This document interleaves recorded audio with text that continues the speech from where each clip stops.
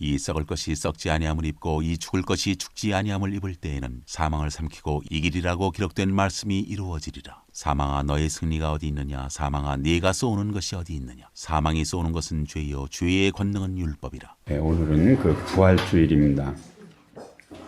네, 부활의 신학적인 의미 이런 제목을 가지고 같이 말씀을 나누려고 합니다. 제가 그 영국에서 지내면서 한국과 다르게 느꼈던 점 중에 하나가 영국 사람들이 그 부활절을 그 크게 여긴다는 것입니다. 우리 형진이가 호주에 있는데 그 이스터 홀리데이, 그 영국도 마찬가지고요, 호주도 그 마찬가지인데요. 한 일주일씩 이렇게 휴가를 줘요. 일주일씩 휴가를 줘가지고 이 휴가 기간에 한인 교회들은 전부 그 1년에 가장 중요한 그 수련회를 해요. 수련회를 그 웨일즈 같은 데는 그 산악 지역이, 제가 그 웨일즈를 생각하면은 조금 어수룩한 스위스 같다고 늘 생각하는데요. 그냥 그 웨일즈가 그 산과 그 계곡에 흐르는 물과 막 이런 들판이 얼마나 아름다운지 몰라요. 그런데 장소를 빌려가지고 전교인이 그 수련회를 하는 막 그런 것들을 이렇게 회상을 하고 참 그 좋은 시절이었구나만 이런 생각을 하게 됐습니다. 성탄절 못지않게 부활절의 중요성을 강조하는 것, 부활절의 중요성을 강조하는 것은 신학적으로 보면은요, 바른 강조라고 볼 수가 있습니다. 성탄절도 굉장히 중요한 그 기독교적인 어떤 절기지만은 부활절 못지않게 참 중요한 그 절기라고 볼 수가 있고, 영국 사람들, 유럽 사람들은 그것을 알고 아주 그냥 큰 축제로 여기고, 그러니까 그 휴가를 주고 막 이런 것들을 이렇게 그 같이 경험한 적이 이렇게 있습니다. 오늘의 양식이라는 책자에 보면은요, 이런 글이 있습니다. 4개의 초자연적인 사건들이 인류를 파멸로부터 건져냈다. 4개의 초자연적인 사건이 인류를 파멸로부터 건져냈다. 폭풍이 휘몰아치는 바다의 등대 불빛처럼 이 기적들은 절망에 빠져있는 세상에게 구원에 이르게 하는 빛을 보여주었다. 이 4개의 사건이 그 빛을 보여줬다는 거예요. 우리는 이러한 기적을 성탄절, 순환절, 부활절, 승천절로 기념합니다. 이렇게 되어 있습니다. 예수님의 탄생, 고난, 부활, 승천, 이것이 인류를 파멸로부터 건져냈다. 파멸로부터 건져냈다. 이렇게 그 오늘의 양식이라는 그 경건을 위한 소책자에 이렇게 기록되어 있습니다. 오늘 우리가 지키는 부활절은요, 초자연적인 사건이고요, 실로 인류를 파멸로부터 구원해낸 결정적인 사건이에요. 파멸로부터 구원해낸 결정적인 사건이에요. 그러면은요, 여러분에게 이 부활이 어떤 의미가 있기 때문에 그렇습니까? 이렇게 물으면은요, 여러분이 어떤 그 답을 하셔야 돼요. 그 결정적인 인류를 파멸로부터 구해낸 그런 사건이라 그러는데, 도대체 이 부활이라는 게 도대체 어떤 의미가 있느냐, 굉장히 중요한 것입니다. 여러분이 이것을 답을 할 줄 아셔야 됩니다. 잘 명심하시기 바랍니다. 첫째, 부활은요, 십자가 사건에 대한 하나님의 적극적인 해명이고요, 하나님의 답변이에요. 다시, 부활이 뭐냐면은 십자가 사건에 대한 하나님의 적극적인 해명이고 답변이에요. 엔티 라이트라는 그 영국의 유명한 신학자가 Jesus and the Victory of God, 예수와 하나님의 승리라는 그러한 책을 썼습니다. 이 책에서 엔티 라이트는요, 예수님의 십자가 사건을 The Strange Victory 이렇게 말했어요. The Strange Victory. Strange라는 것은요, 이상한, 이런 뜻이에요. 그냥 이상한 승리다. 이해가 안 되는 승리다. 이런 예수님의 십자가를 The Strange Victory라고 이렇게 말했어요. 이사야 선지자는 이사야 53장에서요. 이사야가 고난의 종으로서의 메시아를 예언하는 구절에서 우리가 예수 그리스도의 순환과 십자가 사건에 대해서 이해하지 못할 것이라고 말했어요. 여러분 한번 성경 찾아보세요. 이사야 53장 3절에서 4절에 이사야 53장 이사야 53장 3절에서 4절 이사야 53장 3절에서 4절 한번 찾아보세요. 이사야 53장 3절에서 4절 이사야 53장 3절에서 4절 그는 같이 읽습니다. 시작. 그는 멸시를 받아서 사람들에게 버림을 받았으며 강고를 많이 겪으며 질고를 아는 자라. 마치 사람들이 그에게 얼굴을 가리는 것 같이 멸시를 당하였고 우리도 그를 귀히 여기지 아니하였도다. 그는 실로 우리의 질고를 지고 우리의 슬픔을 당하였거늘 우리는 생각하기를 그는 징벌을 받아 하나님께 맞으며 고난을 당한다 하였노라 그랬습니다. 800년 전에요. 앞으로 800년 후에 오실 예수님을 이사야가 예언해 놓은 장면이 이사야 53장이에요. 그런데 그는 예수님은 멸시를 받아서 사람들에게 버림을 받으며 간고를 많이 겪으며 질고를 아는 사람이 될 것이다. 마치 사람들이 그에게서 얼굴을 가리는 것 같이 멸시를 당하였고 우리도 그를 귀히 여기지 아니하였다 그랬습니다. 그는 실로 우리의 질고를 지고 우리의 슬픔을 당하였거늘 우리가 생각하기를 그는 징벌을 받아 하나님께 맞으며 고난을 당한다 하였노라 그랬습니다. 이해한다는 거예요? 못한다는 거예요? 못한다는 거예요. 예수 그리스도의 십자가 사건을요. 인간이 이해를 못하는 거예요. 그래서 그냥 예수님은 그냥 십자가 받을 일을 했으니 저런 일을 당한다고 생각하는 거예요. 그렇게 생각하는 거예요. 사실 인간적인 눈으로 볼 때에 하나님이 하신 일로서의 예수님의 십자가 사건은요. 참으로 이해하기 어려운 사건이에요. 하나님이 그 만군의 여호와라는 표현 우리가 스가랴 학교에 많이 쓰잖아요. 만군의 여호와, 우주 통치자예요. 그러면 그분이 어떤 그 악인을 다룰 때는 어떻게 다뤄야 돼요? 그냥 두들겨 패야 돼. 그냥 그 진짜 쓸어버려야 돼요. 근데 그렇게 하지 않고 어떻게 했어요? 십자가를 잡은 거예요. 십자가에서 죽은 거예요. 예? 예? 이게 인간적인 눈으로는 이해가 안 되는 거예요. 예수님의 십자가에서의 죽음은요, 모든 것의 좌절이며 실패처럼 보인 거예요. 예수님이 십자가를 질 때에 어떤 말씀을 하고 돌아가셨냐면 하나님 하나님 어찌하여 나를 버리셨나이까. 이게 이러고 운명하셨어요. 이게 마지막 말이에요. 이렇게 죽은 주님, 이렇게 죽은 주님에 대해서 제자들은 어떤 생각을 했을까요? 네? 제자들이 예수님 이해했어요? 못했어요? 못했어요. 십자가 이해했어요? 못했어요? 못했어요. 그래서 어떻게 했습니까? 부인하고 도망갔어요. 그리고 저주했어요. 이게 제자들이 한 일입니다. 바울은 고린도전서 1장 18절 또 22절에서요. 십자가에 대해서 세상이 어떻게 거부감을 갖고 있는지를 이렇게 말했어요. 고린도전서 1장 18절에 보면 십자가의 도가 멸망하는 자들에게는 미련한 것이요 구원을 받는 우리에게는 하나님의 능력이라. 유대인은 표적을 구하고 헬라인은 지혜를 찾으나 우리는 십자가에 못 박힌 그리스도를 전하니 유대인에게는 거리끼는 것이요 이방인에게는 미련한 것이로되 그랬습니다. 십자가가 유대인이 볼 때는 거리끼는 것으로 이방인이 볼 때는 미련한 것으로 비쳤다는 거예요. 이해해요? 못해요? 십자가를? 못한다는 말이에요. 못한다는 말이에요. 신명기 21장 23절에 보면 나무에 달린 자는 하나님께 저주를 받았음이니라 그랬습니다. 예수님이 나무에 달렸죠. 저주를 받은 거예요. 그래서 유대인들에게는요.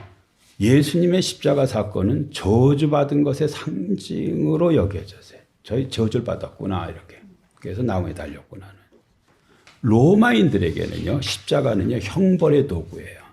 형벌의 도구예요. 예수님의 십자가는요 제자들도 이해할 수 없었던 바보스러운 사건이에요. 하나님의 바보스러운 사건이에요. 바보스러운 사건이에요. 십자가의 의미는요 이렇게 숨겨져 있어요. 아무도 몰라요. 이게 무슨 뜻인지 모르는 거예요. 왜 죽었는지도 또 어떤 의미인지 모르는 거예요. 그런데 그 숨겨졌던 십자가의 의미를 밝혀주는 것이 있는데 이게 부활이에요. 여러분 이 부활이 무슨 의미냐고 말할 때에 십자가 사건에 대한 하나님의 해명이라고 여러분 이해하셔야 돼요. 하나님이 해명해 주시는 것이다. 답변해 주시는 것이다. 답변해 주시는 것이다.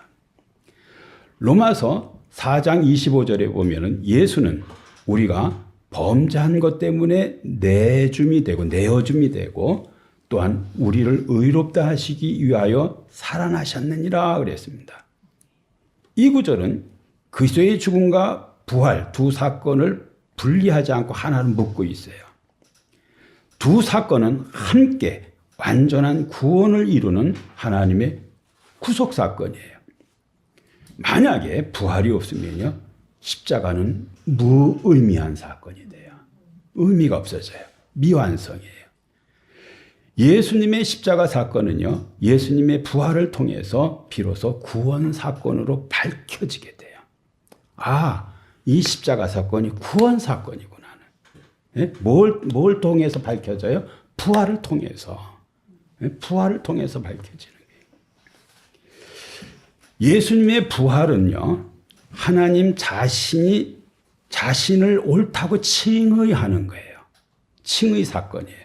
그리고 그의 아들 예수 그리스도가 옳다고 선언하는 것이에요. 그리고 그를 믿는 모든 자들이 의롭다고 칭하는 것이에요. 이게 부활이에요. 십자가에 나타난 의는 인간의 행위에 따라 심판하는 그러한 의가 아니라 이 심판을 예수님 자신이 감당함으로써 나타나는 의예요. 예, 사실은 우리 모두가 죄의 값을 치르고 의로워져야 되는데 그것을 예수님이 다 담당해서 우리를 의롭게 하신 사건이 이 십자가 사건이에요. 부활을 실제 증명하는 일이 두 가지가 있어요. 예, 성경에 보면 두 가지 방법으로 우리가 부활을 증명하는데 첫째는요, 진짜 부활을 본 사람들의 증언을 통해서 이것을 알 수가 있어요. 예, 여기에 그 고린도전서에 보면은 그 500여 명의 제자들이 부활을 봤다고 얘기를 하고요. 베드로와 11 제자가 봤어요. 그리고 막달라 마리아가 보고 많은 사람들이 그 부활을 봤어요. 이게 첫 번째 증인들이에요. 증언하는 거예요. 증명하는 거예요. 또 하나가 있어요. 뭐냐면은 부활을 경험한 사람들의 변화예요. 전에는 비겁한 사람들이었는데요. 이 부활을 경험하고는 용기 있는 사람으로 바뀌었어요. 이 제자들 다 도망갔었죠. 근데 이 제자들은요, 하나같이 다 순교했습니다. 이 부활을 경험하고는 죽음 앞에 두려워하지 않는 용기 있는 그러한 믿음의 사람들이 됐습니다. 추악한 사람이 성결한 사람이 되고 비겁한 사람이 용기 있는 사람이 된 이러한 모습을 통해서 사람들은 예수 그리스도의 부활이 확실하다는 것을 알게 되는 거예요. 알게 되는 거예요. 예수 그리스도의 십자가와 부활은 의롭지 못한 사람을 의롭게 만드는 하나님의 은혜이고요. 하나님의 창조적인 사랑이에요. 사랑이에요.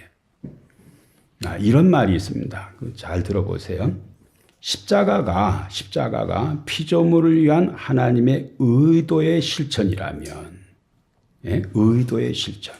십자가가 피조물을 위한 하나님의 의도의 실천이라면 부활은 이 실천 속에 숨어 있는 하나님의 의도의 계시이다 그랬어요. 의도의 계시이다. 십자가는 하나님의 의도인데 이 의도를 사람들이 몰라요. 근데 이 의도가 무엇인지를 계시 드러내주는 것이 부활이라는 거예요. 부활이라는 거예요. 예? 부활이라는 거예요. 부활이 이 실천 속에 숨어 있는 하나님의 의도의 계시, 이 계시라는 거예요. 드러낸다는 거예요. 우리는 부활을 통해서 궁극적인 승리를 보게 돼요. 부활은 애매한 고난, 인생을 살면 애매한 고난이 있어요, 없어요? 있습니다. 억울한 죽음 있습니까, 없습니까? 있습니다. 이러한 애매한 고난, 억울한 죽음에 대한 하나님의 의롭고 고마운 인정이에요. 우리가 그 부활이 있기 때문에요, 이 세상에서 보상이 다 없어도 그래도 우리가 기쁨으로 고난을 받는 거예요. 왜 그렇습니까? 궁극적으로 하나님이 인정해 주실 것이기 때문입니다. 그래서 부활은 우리에게 구원 사건이 돼요. 그리고 반면에 악인에게 부활은요, 심판이고 멸망이에요. 다시 한번 묻습니다. 예수 그리스도의 부활은 어떤 의미를 갖습니까? 라고 말할 때 여러분 이렇게 답하셔야 됩니다. 십자가 사건에 대한 하나님의 적극적인 해명이고 답변이다. 네? 십자가 사건에 대한 하나님의 적극적인 해명이고 답변이다. 그 다음에 두 번째로는요, 예수 그리스도의 부활은 십자가 사건에 대해서 하나님께서요, 아멘으로 화답하신 사건이에요. 예? 부활은 십자가 사건에 대해서 하나님께서 아멘으로 화답한 그러한 사건입니다. 피터 루이스라는 그 노팅함에서 목회도 하고 또 신학도 공부한, 그 신학도 가르쳤던 그러한 목사님이 The Glory of Christ라는 그리스도의 영광이라는 그 책을 썼어요. 그 책에 많이 의미심장한 그러한 표현을 제가 읽다가 뭐 이런 문장도 다 있구나 이런 생각을 했는데요. 이런 말을 했습니다. The resurrection is God's great act of amen to the cross. 부활은 The resurrection, 부활은 is God's great act of amen. 하나님의 위대한 아멘 사건이라는 거예요. 십자가에 대한 하나님의 위대한 아멘 사건이다. 아멘 사건이다.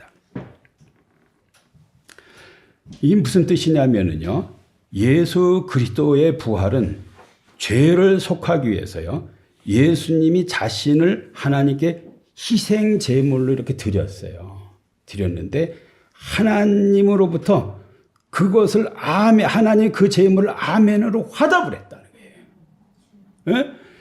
예수님이 자신을 제물로 드렸는데 제물을 연락을 했다는 거예요. 아멘. 예? 네 제사가 맞다고 인정을 했다는 말이에요. 인정했단 말이에요. 아멘이라는 말은요, 진실로 그렇다. 진실로 그렇다. 막 이런 말이잖아요. 그 진실로 네 어떤 그 희생을 내가 받아들인다. 이런 뜻이에요. 예수 그리스도의 부활은 예수 그리스도께서 대제사장으로서 자신을 친히 죄인들을 위한 희생제물로 십자가상에서 하나님께 드린 것에 대한 하나님 아버지의 아멘을 의미하는 거예요. 네가 온 인류를 위해서 제물된 것을 내가 인정한다는 거예요. 인정한다는 거예요. 여기서 구원이 나오는 거예요. 인정했기 때문에 인정했기 때문에. 예수님의 부활은 예수님께서 우리의 죄를 위해서 죽으신 속죄 죽음에 대한 하나님 아버지의 인정이고 동의예요. 예수님의 죽음을 어떤 죽음으로 인정했다고요? 속죄의 죽음으로. 인류를 속죄하는 죽음으로 인정했다는 말이에요. 동의했다는 말이에요.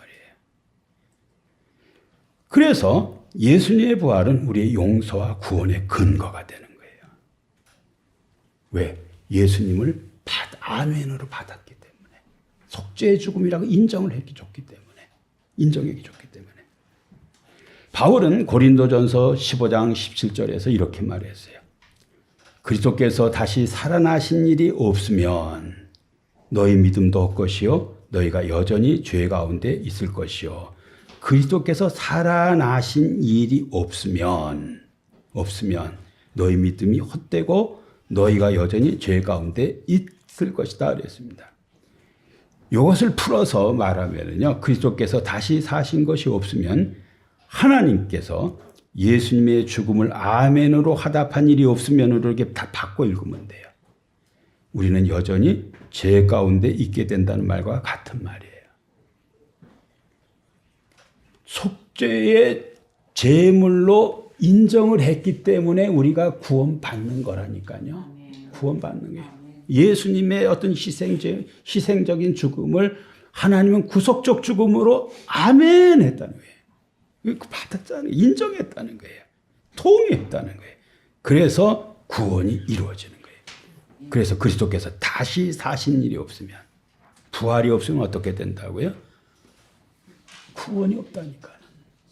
하나님이 인정을 하지 않았는데 네 죽음은 그런 죽음 아니야 이랬더니 무슨 구원이 이루어져요? 그런 죽음이래요. 어떤 죽음? 속죄의 죽음이에요. 그것을 받아준 거예요. 받아준 거예요. 받아준 거예요. 부활은 십자가 사건에 대해서 하나님께서 아멘으로 화답한 사건이다. 아멘으로 화답한 사건이다. 예수님께서 십자가에서 모든 사람을 위해서 죄의 값을 치르셨고 이를 하나님께서 아멘으로 진실로 그렇다고 받아들이셨기 때문에 하나님은 어떤 죄도 용서하실 수가 있어요. 용서하실 수가 있어요. 그래서 로마서 10장 9절은 다음과 같이 말해요. 내가 만일 내 입으로 예수를 주로 시인하며 또 하나님께서 그를 죽은 자 가운데서 살리신 것을 내 마음에 믿으면 구원을 받으리라 그랬습니다. 그를 죽은 자 가운데서 다시 살리신 것을 내 마음에 믿으면, 이것을 풀어서 쓰면요, 예수님께서 십자가에서 죽으신 죽음이 우리의 죄를 위한 사죄의 죽음이었다는 것에 대한 하나님이 인정하신 사실을 믿으면 구원을 얻는다는 말하고 똑같은 말이에요. 똑같은 말이에요. 죽은 자 가운데 살리신 것을 내 마음에 믿으면, 하나님께서 아멘하신 것에 대한 아멘하신 것에 대해 우리가 확신을 가지면 우리는 죄 사함을 받게 되고 구원을 받게 된다. 받게 된다. 그래서 굉장히 중요한 말입니다. 십자가 사건에 대해서 하나님이 아멘으로 화답한 사건이 부활이라는 거예요. 부활이라는 거예요. 세 번째, 예수 그리스도의 부활은요, 잠자는 자들의 그 첫 열매예요. 첫 열매. 예, 우리가 그 찬송 속에서도 우리 장로님 기도 속에서도 제가 읽은 성경 속에서도 이 첫 열매 소리가 수도 없이 자꾸 나오고 있어요. 여러분 다 이제 다 잊어버리실 거예요. 이제 설교를 이제 가시면 다 잊어버리시는데 이제 하나 딱 기억하시면 돼요. 이 첫 열매라는 거. First fruits. First fruits. 이거 하나 딱 기억하시고 가셔도 여러분 진짜 어떤 그 구원이 이렇게 돼요. 고린도전서 15장 20절에 보면 그러나 이제 그리스도께서 죽은 자 가운데서 다시 살아나사 잠자는 자들의 첫 열매가 되셨느니라 그랬습니다. 그 영어 성경을 보면요, 이거 독특하게 표현되어 있습니다. 어떻게 표현되어 있냐면은 the first fruits라고 되어 있어요. 복수로 되어 있어요. 그래서 제가 찾아봤어요. 왜 복수로 됐나 그랬더니 예를 들면요, 그 옛날에 이 제사 의식에서 나온 건데요. 하나님 앞에 이렇게 이제 곡식 제단을 하나님 앞에 이렇게 드릴 때에 나를 하나 딱 갖다 놓는 법은 없죠. 단을 갖다 놓은 거예요. 그래서 열매들 이렇게 말하게. 근데 첫 번째 열매들 그런 거예요. 첫 번째 열매들이에요. 여기에서 첫 번째 열매는 그리스도고요. 뒤따르는 또 이제 추수가 있을 텐데 이게 성도들이에요. 성도들이에요. 첫 열매는요, 전체 수확의 시작이고요. 추수 전체를 대표하는 그러한 표현이고요. 동시에 앞으로 올 수확에 대한 보증이에요. 이게 first fruits라는 말이에요. 예수님의 부활은요, 우리 부활의 그 패턴이에요. 여러분이 이제 죽고 부활하면 어떤 모습이 될지 성경에 그 표현해 놨는데 혹시 아세요? 어디에 나왔는지?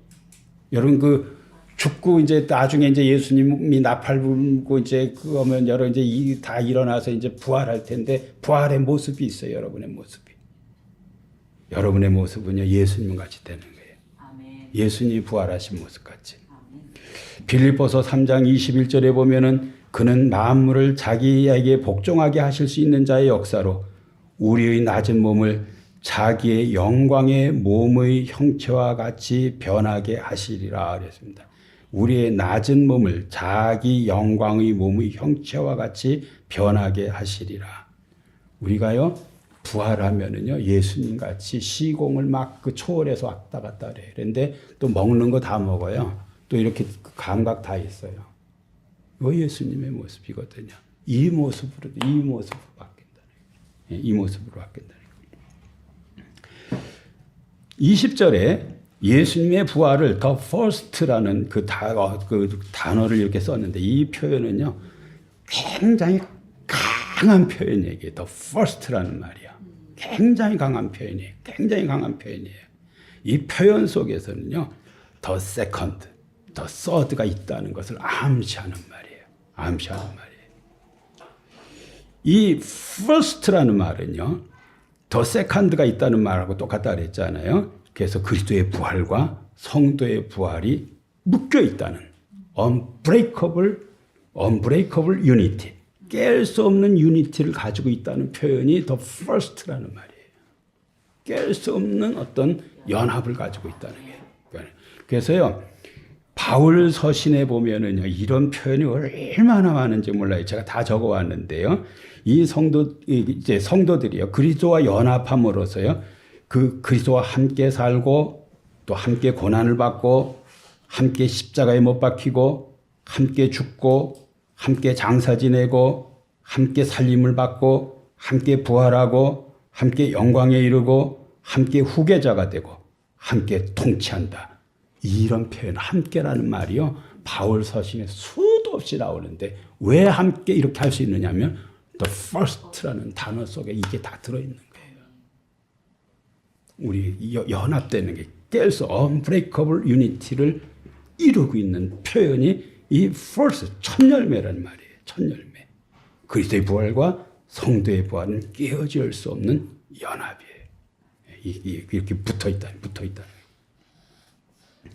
그래서 예수 그리스도의 부활은요 단지 개인적인 한 개인이 살아난 사건이 아니에요.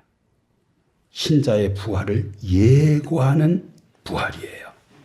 신자의 부활을 보장하는 사건이에요. 그리스도의 부활은 모든 믿는 자의 부활을 대표하는 부활이에요. 대표 부활이에요. 대표 부활. first라는 단어 속에 이 말이 있는 거예요. 예수의 부활은 어떤 부활이에요? 대표 부활이에요. 본보기로 보여주는 거예요. 본보기로 보여줘요. 대표 부활이에요. 모든 성도들의 부활에 대한 하나님의 분명한 보증이에요. 첫 열매로 표현된 그리스도의 부활은 우리의 부활이 그냥 확실하다는 이러한 말이에요. 확실하다. 확실하다. 우리의 부활이 확실하다. 이것을 말해요. 확실하다. 부활이 확실하다. 이 first라는 단어 속에 이게 다 들어있는 말이 대표 부활. 우리가 이렇게 어떤 깰 수 없는 연합되어 있는 부활. 그리스도의 부활과 함께 되어 있어요. 그래서 이제 그리스도와 연합된 우리 성도들은 함께 살고 함께 고난받고 함께 십자가에 못 박히고 함께 장사 지내고 함께 살림을 받고 함께 부활하고 함께 영광에 이르고 함께 후계자가 되고 함께 통치하는 그러한 존재가 되는 거예요. first라는 단어 속에 들어있는 의미예요. 그 다음에 네 번째로는요. 부활은 거룩한 전쟁에서 결정적인 승리를 말해요. 결정적인 승리. 오늘 읽어드린 말씀 보면은 고린도전서 15장 54에서 56절에 보면 이 썩을 것이 썩지 아니할 것을 입고 이 죽을 것이 죽지 아니함을 입을 때에는 사망을 삼키고 이기리라고 기록된 말씀이 응하리라. 사망아 너의 승리가 어디에 있느냐? 사망아 내 쏘는 것이 어디 있느냐? 사망이 쏘는 것은 죄요 죄의 권능은 율법이라. 우리 주 예수 그리스도로 말미암아 우리에게 승리를 주시는 하나님께 감사하노니 그랬습니다. 여러분 그 구약 특히 구약 신약도 마찬가지입니다. 성경을 이렇게 읽다 보면요, 이 성경이요 전쟁에 대해서 얼마나 많은 기록을 하고 있는지 몰라요. 전쟁 얘기 엄청 많이 나와요. 그래서 신구약 전체를 관통하는 뭐 우리가 그 렘난트 남은 자의 사상도 중요한 신학적인 터미놀로지예요. 근데 중요한 또 터미놀로지 중에 하나가 뭐냐면은 홀리워라는 말이에요. 거룩한 전쟁. 성경에는요, 하나님이 전쟁을 자주 수행하실 뿐 아니라 하나님 자신이 전쟁에 능하신 전사, divine warrior, 자신을 전사로 이렇게 등장시켜요. 하나님이 어떤 전쟁에 능하신 신으로. 그러면요, 성경에 많은 전쟁들이 있었잖아요. 많은 전쟁 기록, 많은 어떤 그 전사에 대한 기록이 있잖아요. 그 모든 어떤 그 이야기 속에서요, 오늘 읽은 고린도전서 15장 54절에서 56절은요, 성경 전체에서 가장 장엄한 승리 선언적인 진술이에요. 가장 장엄한. 뭐 골리앗 이기고 무슨 뭐 여리고 성 무너뜨리고 이런 건 아무것도 아닌 거예요. 어마어마한 승리를 하신 거예요. 어마어마한 승리를. 위대한 승리에 대한 선언이에요.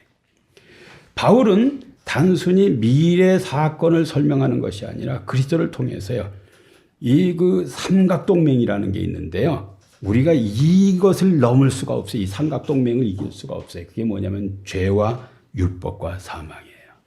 죄와 율법과 사망을 깨트리고 승리하신 것을 선포하는 것이 부활이에요. 죄와 율법과 사망을 깨트리고 승리하신 것이 부활이에요. 54절에 보면 이 썩을 것이 썩지 아니함을 입고 이 죽을 것이 죽지 아니함을 입을 때, 이런 표현이 있습니다. 여기서 썩음 죽음 이런 표현이, 썩음 죽음. 이게 창세기 3장의 인간이 타락한 결과의 모습인데 이게 썩음과 죽음이에요. 여기에 해당 안 되는 사람 한 사람도 없어요. 썩음과 죽음. 이 썩지 아니할 것이 썩을 것이 썩지 아니함을 입고 죽을 것이 죽지 아니함을 입는다는 표현을 썼어요. 이것은 존재가 소멸되는 것이 아니고 옷 입듯 변화되는 거예요. 동일한 정체성은 유지되면서도요, 본질이 급진적으로 변화가 돼요. 아까 얘기했죠. 예수 그리스도의 영광의 어떤 모습으로 바뀐 거예요. 우리의 낮은 몸을 자기 영광의 몸의 형체와 같이 이렇게 바뀌어 버렸어요. 그래서 어떤 존재가 되냐면 썩음과 죽음에서 해방된 존재가 됐어요. 왜 그랬어요? 예수님의 부활 때문에. 예수님의 부활이 썩음과 죽음에서 우리를 해방하는 거예요. 썩음과 죽음에서. 54절에 보면 사망을 삼키고 이기리라 기록된 말씀이 응하리라 그랬어요. 어디에 기록됐다는 거예요? 구약 성경에. 거기 그 기억 이렇게 뭐 써 있죠. 풋노트를 보면은요, 이게 이사야 25장 8절 말씀이에요. 사망을 영원히 멸하실 것이니라 그랬어요. 이사야가 예언을 했는데 어떤 존재가 와서 사망을 영원히 멸할 것이라고 말했어요. 우리가 생로병사를 자연스러운 어떤 그 사건, 현상으로 이렇게 보는 경향이 있어요. 이 세상이 우리가 늘 그걸 경험을 하니까. 그런데 원래 하나님에 의해 창조된 이 세상 안에서는요, 이 죽음은 자연스러운 현상이 아니에요. 죽음은 인간뿐 아니라 모든 창조 전체의 적이에요. 죽음은 잔인한 주인이에요. 그리고 우리는 죽음의 종이었어요. 죽음이란 그리스도 없이 죽음을 생각하는 사람에게는요, 가장 두려운 거예요. 가장 두려운 거예요. 여기서 삼킨다는 말은요, 그냥 흡수에 소멸시켜버린다는 그러한 의미예요. 죽음은 창조 본래의 질서가 아니라 타락 이후에 들어온 비정상적인 침입자 같은 거예요. 비정상적인 침입자예요. 근데 이게 제거된다는 거예요. 이게 제거된다는 거예요. 부활을 단순한 생존 연장이 아니라 사망이라는 존재적 권세 자체의 파괴로 우리가 이해를 해야 돼요. 조금 더 사는, 이게 부활이 아니에요. 그냥 죽음 자체를, 사망이라는 존재 자체를 파괴하는 것. 이게 부활이에요.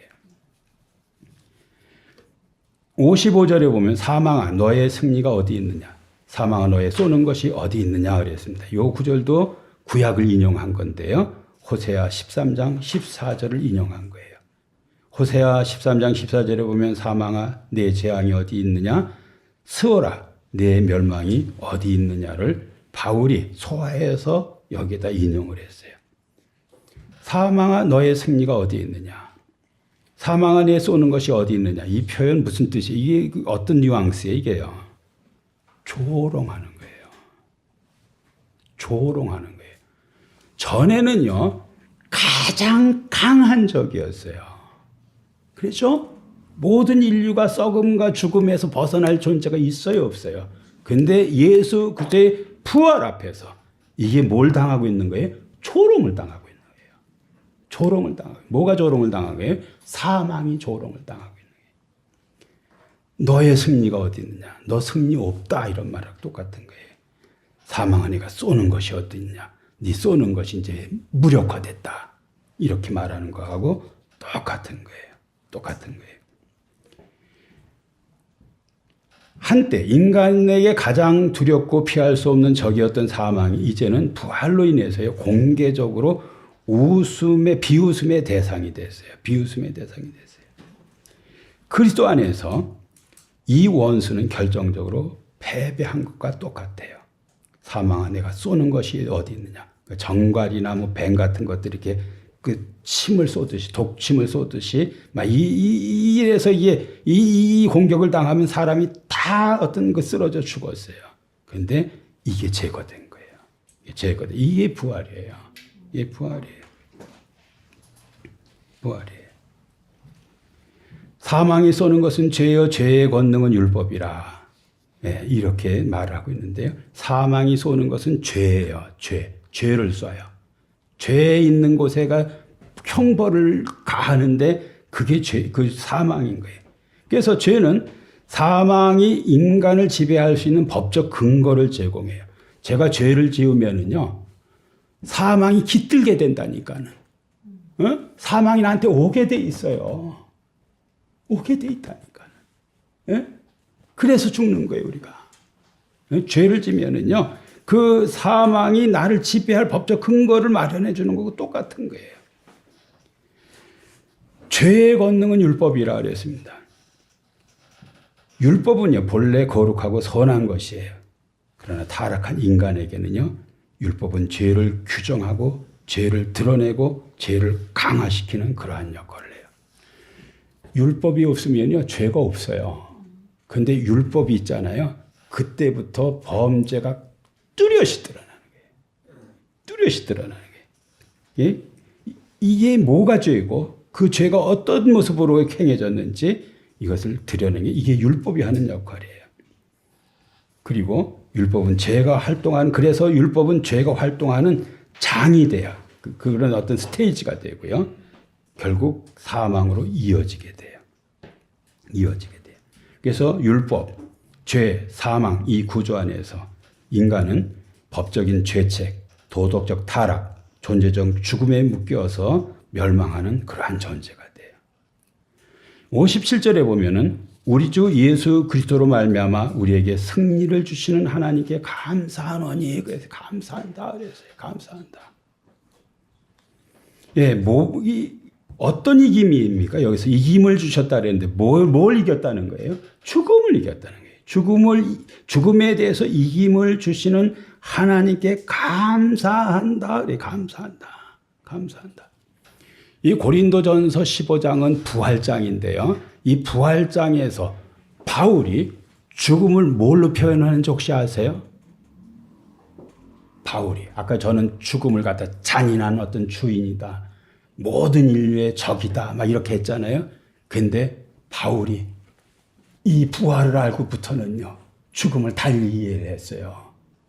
어떻게? 죽음 뭐예요? 죽음이 바울이 고린도전서 15장에서 말하는 죽음을 긍정적으로 이해했다니까요. 긍정적으로 했어요. 뭘로 이해했냐면은 18절 또 20절에 보면은요. 그 20절 그 성경 펴셨어요? 한번 읽어보세요. 20절. 그러나 이제 그리스도께서 죽은 자 가운데서 다시 살아나사 잠자는 자들의 첫 열매가 되었다 그랬어요. 우리가 죽는 게 뭐예요? 잠자는 거예요. 잠자는 거예요. 잠자는 거 좋아요? 안 좋아요? 좋잖아요, 여러분요. 응? 잠 좀 실컷 잤으면 좋겠다 그러잖아요. 응? 죽음이 달리 이해가 되는 거예요. 어떻게 이해가 돼요? 잠자는 거예요. 잠자는 거예요. 잠자는 거예요. 또 바울이 여기서 죽음을 뭐라고 얘기해? 36절 한번 읽어요. 36절. 시작. 어리석은 자여 내가 뿌리는 씨가 죽지 않으면 살아나지 못하겠고 한 절 더. 또 내가 뿌리는 것은 장래의 형체를 뿌리는 것이 아니요 다만 밀이나 다른 것의 알맹이 뿐이로되 그랬습니다. 여러분이 죽는 것은요. 씨가 땅에 심기는 거고 똑같은 거예요. 이제 봄이 되면 어떻게 돼요? 싹으로 나와요. 부활의 영광으로 거듭나서 나와버려요.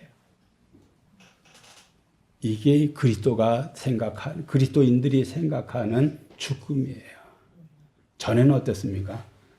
잔인한 적이 나를 진짜 도구로 쏴서 나를 넘어뜨린 그리고 어떤 파멸을 이끄는 이게 죽음이었어요.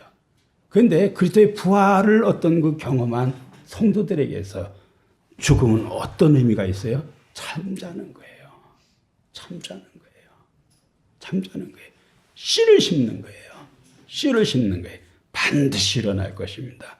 그래서요, 사실 우리가 저희 집 사람이 전에 늘 그랬어요. 그 침상에서 자기가 죽으면 제일 힘든 게 늘 보던 사람 못 보는 거 너무 힘들다 그랬는데 그거 빼놓고는요, 죽음은 진짜 할렐루야로 맞이할 일이에요, 사실은요. 믿는 우리들은요, 죽음같이 좋은 게 없는 거예요. 할렐루야로 맞이할 일이에요. 부정적인 거예요. 잠자는 거예요. 씨를 심는 거예요. 씨를 심는 거예요. 씨를 심는 거예요.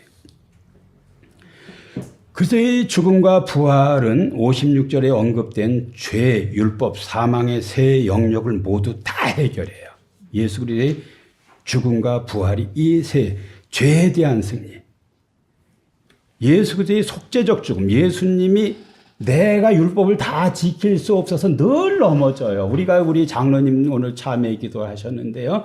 늘 참회 기도를 할 수밖에 없는 존재들이에요, 우리가요. 그런 존재들이에요. 그런데 우리가 어떻게 구원을 받느냐? 우리 참회에서 구원받는 게 아니라 예수님이 참회해야 되지만은요. 예수님이 나를 그 죄를 위해서 속죄적 죽음을 죽으셨기 때문에 그것을 하나님이 그런 죽음으로 인정을 해 주셨기 때문에 아멘으로 받았기 때문에 우리가 어떻게 되는 거예요? 구원을 얻게 된 거예요. 얻게 된 거예요. 얻게 된 거예요. 율법에 대한 승리예요. 예수 그리스도는 율법을 완성하시고요. 그 율법의 저주를 대신 짊어짐으로써 율법의 정죄 기능을 무력화했어요. 이 율법이 우리 양심이 자꾸 우리를 정죄하죠. 너 이런 죄를 지었지, 이런 죄를 지었지. 저도 그냥 쿡쿡 찔리고 막 하는 거에 많죠. 그런 많은 그 내적인 이런 게 있죠. 그런데 이 정죄 기능이 무력화되는데 왜 무력화되냐면 예수 그리스도의 십자가와 부활 사건으로 무력화되는 거예요. 그런 얘기 하잖아요. 그 루터한테 사탄이 나타나서 계속 죄를 지적하고 너 같은 사람이 무슨 종교 개혁을 하느냐. 그러니까 그거 맞죠. 내가 늘 어떤 죄된 존재인데 무슨 남 앞에서 이렇게 살아라 저렇게 살아라 한다는 게 쉽지 않잖아요. 그러면은요 우리는 좌절해야 돼요. 근데 어떻게 해요? 그 문제는 그냥 예수님에게 물어봐라. 그냥. 예수님이 그런 나를 위해서 뭘 했어요? 십자가를 지셨다는 거예요. 그리고 부활하셨다는 거예요. 예? 부활하셨다는 거예요. 예? 부활하셨다는 거예요. 셋째, 사망에 대한 승리예요. 그리스도의 부활을 통해서 사망 권세 자체가 다 깨졌어요. 율법, 죄, 사망이라는 구조는요. 그리스도의 생명이라는 구조로 완전히 다 뒤집어졌어요. 아까 말씀드린 대로 여기 보면은 감사하노니 이런 표현, 감사하노니. 단순히 하나님 감사합니다 이런 뜻이 아니라 예배. 하나님을 칭송하는, 경외하는, 경배하는 이 예배예요. 부활을 경험한 사람이 해야 되는 일이 예배예요. 이제 결론입니다. 부활의 의미를 정리해 보면은요, 첫째, 부활은 십자가 사건에 대한 하나님의 적극적인 해명이고 답변이에요. 해명. 십자가 의미를 잘 몰라요. 제자들도 몰랐어요. 이사야는 모른다고 말했어요. 근데 이것을 드러내는 게 이게 부활이에요. 부활은 십자가 사건에 대한 하나님께서 아멘으로 화답한 그러한 사건이에요. 아멘으로 화답한 사건이에요. 그 다음에 세 번째, 예수님의 부활은 잠자는 자들의 첫 열매. 이 첫 열매 하나만 잘 기억해도 돼요. 첫 열매. 여기에 이 깰 수 없는 어떤 unbreakable unity. 이게 first라는 말 속에 들어있다고 말씀드렸어요. 그 다음에 넷째, 부활은 거룩한 전쟁에서의 최후 승리. 아까 말씀드렸죠. 뭐 그냥 골리앗 넘어뜨리는 거, 뭐 여리고성 무너뜨린 거, 이거 게임도 안 되는 승리란 거예요. 어떤 승리요? 죄와 율법과 사망을 무너뜨린, 무력화시킨 그러한 예수님의 승리가 부활이에요. 바울은 고린도전서 15장 마지막의 결론으로 현재 살아있는 성도들에게 간결하면서도 심오한 권면을 이렇게 하고 있어요. 33절에서 34절 속지 말라. 악한 동무들은 선한 생시를 더럽히나니 깨어 의를 행하고 죄를 짓지 말라 그랬습니다. 이 세상을 살면서 속지 말라. 악한 동무들은 선한 행실을 더럽힌다 그랬습니다. 우리 인생에서 굉장히 중요한 것 중에 하나가 좋은 영향력 있는 사람 만나는 거예요.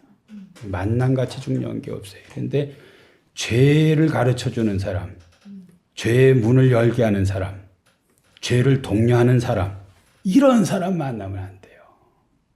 이런 사람 만나면 안 돼요. 이 악한 동무들, 악한 동무들. 예? 악한 동무들. 오늘날 이 어떤 그 포스트 모더니즘 사회에는요, 이 악한 동무들이 천재, 그 철학자들, 악한 동무들. 예?